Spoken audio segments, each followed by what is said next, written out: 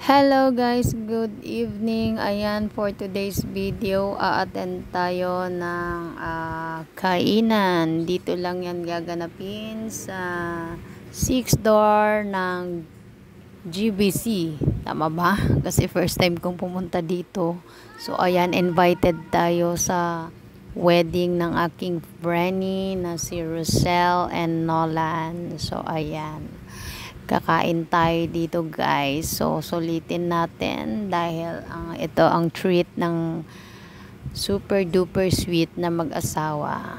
So just sit back, relax, and enjoy while mag-iikot-ikot ako dito guys. Sobrang daming makakain dito. Diyos ko, fully tank ang ating mga tiyan nito. Dahil sa sobrang daming pagkain na pagpipilian. Ayan ang mag-asawa. Ayan si Ate Susan and the family of Tagumpay. So ayan, ang sarap ng mga pili-pili nila ng mga pagkain kasi sobrang dami talaga dito guys. Naku, maloloka ka.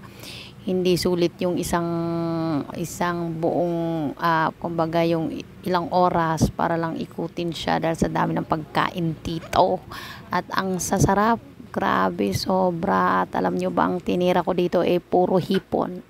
Ayan, meron din para sa mga bata. Ayan, mga marshmallow, candy. Ayan, may pa-chocolate mountain sila dyan. Sobrang yummy. Nako, mag-enjoy ang mga chikiting nyo dito. Kaya sulit ang bayad nyo. So, ayan, may libreng alak din yan, guys. Nako, anli alak din po dyan. So, sa mga mahilig sa alak, ayan. O, ayan. So, pa-ice cream kami, pa-dessert kami ni Ate Susan. So, anli din yung mga na yan, kafudan na yan. So, ayan, kakain muna kami guys. Kailangan namin bilisan ng pagkain para masulit namin ang time namin dito. At limited lang. Ayan, so, ayan, unli buffet siya. Pero for 4 p.m. until 9 p.m. po dito siya guys. Ayan. So, ayan, kain to the max kami ni Ate Susan. Ayan, sige lang, subo dito, subo doon. Oh, guys, 'di ba? So, ayan, at dyan na nagtatapos ang aming araw. At yan, pauwi na po kami dyan, guys. At ayan, antay lang namin yung mga kasama namin sa sasakyan. So, thank you sa newlywed, Rosel and Nolan. Bye-bye!